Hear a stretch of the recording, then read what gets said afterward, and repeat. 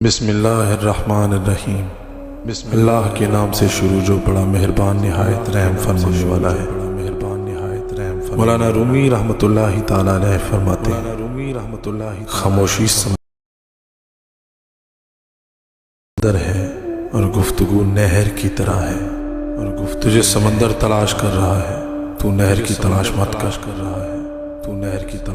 جاؤ پہلے خود کو ڈھونڈو تاکہ تم مجھے بھی پاس کو ڈھونڈو۔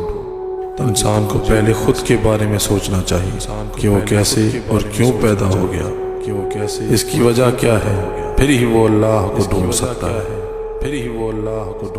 ہے۔ اپنے دل کو اس وقت تک توڑتے رہو جب تک یہ کھل نہ جائے۔ جو بھی دل میں سوال پیدا ہو، کسی بھی لحاظ سے اس کا جواب تلاش کرو، پوری دنیا میں اس کو ڈھونڈو اور ایک دن تمہیں جواب مل جائے گا۔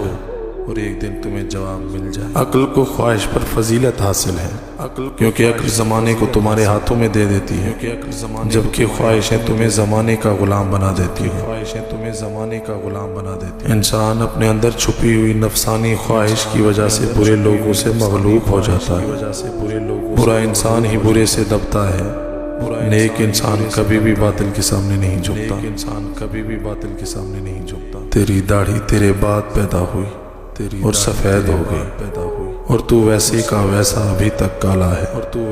وقت گزرنے کے ساتھ انسان کے سوچنے کی صلاحیت بڑھ جاتی ہے اور وہ اپنے اللہ کی طرف آنے لگتا ہے، لیکن اکثر لوگوں پر اس چیز کا کوئی اثر نہیں ہوتا۔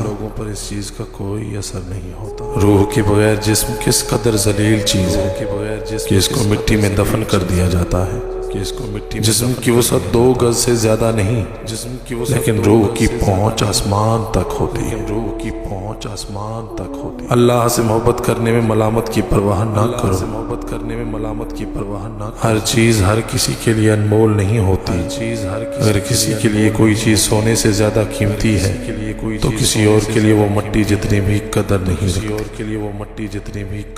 رکھتی۔ کل میں ایک ناسمجھ انسان تھا اور سوچتا تھا کہ میں ساری دنیا کو بدل ڈالوں، لیکن آج میں ایک عقل مند بوڑھا ہوں اور سوچتا ہوں کہ اگر میں خود کو ہی بدل ڈالوں تو بڑی بات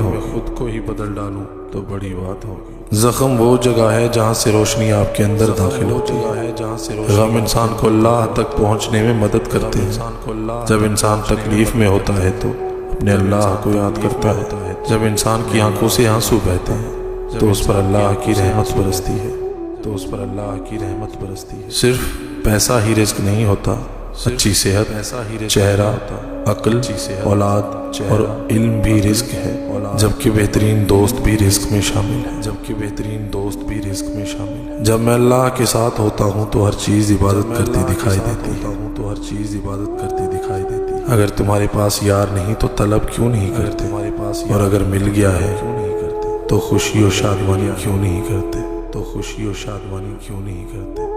یاد رکھو، مقدس اور پاک مقام میں داخل ہونے کا راستہ آپ کے اندر ہے۔